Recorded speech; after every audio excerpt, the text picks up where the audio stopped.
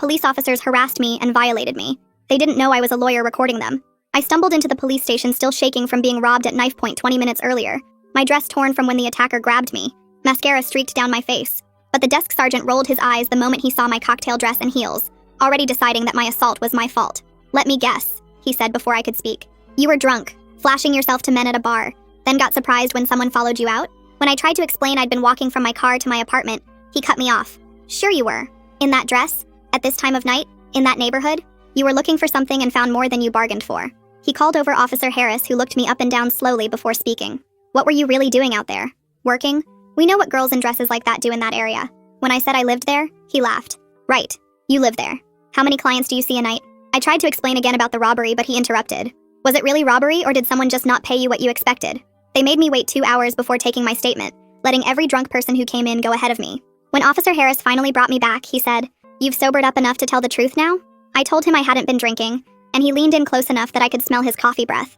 "I can smell the wine on you. How many drinks did you really have? 3? 4? More?" When I described the attacker, Officer Mitchell joined us and said, "So you got a good look at him? In the dark? While you were terrified? Or are you making up details now?" He turned to Harris. They always remember more than they could have seen, trying to make themselves sound credible. I showed them the cut on my arm from the knife, and Mitchell said, "That could be self-inflicted. We've seen girls do worse for attention." Harris asked what I was wearing for the report, then added, "That dress is basically an advertisement. You can see everything. What did you expect walking around like that?" Mitchell chimed in, "It's like leaving your car unlocked with cash on the dashboard. You're asking for trouble." When I said that wasn't relevant, Harris said, "Everything's relevant when you're dressed like you're for sale." They asked for my phone to check for evidence, and started scrolling through my photos. Lots of party pictures here, different guy in each one. "You sure one of your boyfriends didn't just get rough?" Mitchell showed Harris a beach photo. "Look at this one. She definitely likes attention.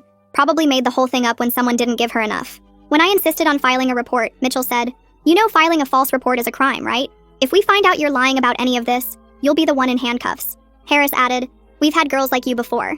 Make up stories when their night doesn't go as planned. When the drugs wear off, they regret their choices and cry robbery." Harris stood up and walked around me slowly. "Stand up. Turn around. I need to see if your story matches your injuries." When I stood, he said, "That dress is so tight I can see you're not hiding any defensive wounds. Usually real victims fight back. You don't have a scratch except that little cut." He made me turn in a full circle while he narrated to Mitchell about how untraumatized I looked. Mitchell grabbed my purse and dumped it out. "Let's see what you're really carrying. Condoms? Paraphernalia?" He found my work ID tucked in a pocket but didn't look at it, just tossed it aside. "Pepper spray? But you didn't use it? Sure you weren't just meeting someone you knew? Maybe the transaction went bad?" He pocketed the $20 from my wallet. "Evidence." Harris leaned back and said, "Here's what really happened. You were out looking for a good time, maybe selling yourself, maybe just drunk and stupid.